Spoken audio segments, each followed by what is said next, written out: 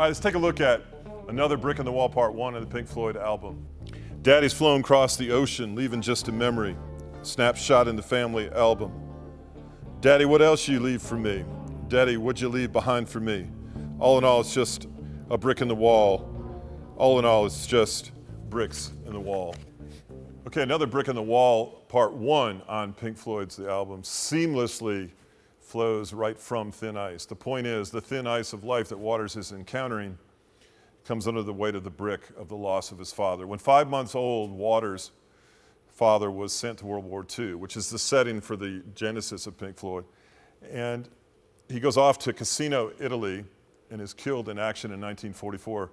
Near the end of the war, Second Lieutenant Eric Fletcher Waters, Roger Waters' father, was found killed on the battlefield, and a letter was received at Waters' house, rubber stamped, not signed by him, but rubber stamped as a condolence for the loss of his father and, of course, his mother's husband.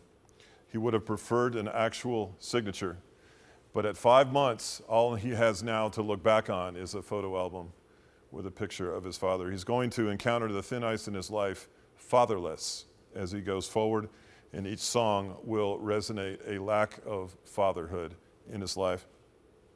And it's reminiscent to me anyway of a very, very crucial thing we see in our society today.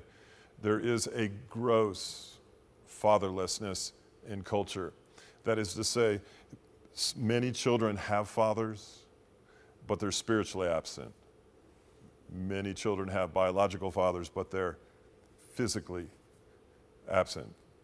The advent of the prolific divorce rate, the fathers that are under the pressure to raise the funds for the family has left children, for the most part, fatherless, without mentors in that area. It reminds me of Psalm 68, which is the Lifepoints that Waters reminds me of as his loss of his father. I have a father, I've never lost a father, but I can empathize with someone who doesn't have that figure in their life. Maybe that's you. In Psalm 68, the psalmist says, God is the father to the fatherless and a defender of widows. He draws the orphans and the lonely into families. And Waters is the lesser for not having a father, and he knows it. And it would appear as though that brick in the wall has alienated him from what perhaps his potential was with a father. And the weight of that brick, as you know, is beginning to slowly crack the ice in his life. So as his celebrity and his prowess and his gifts are used musically, that doesn't mean that the weight of the bricks that are building that wall between him and who he could be, him and himself and him and others, isn't tragic. So let's continue further into the journey now. Waters is fatherless.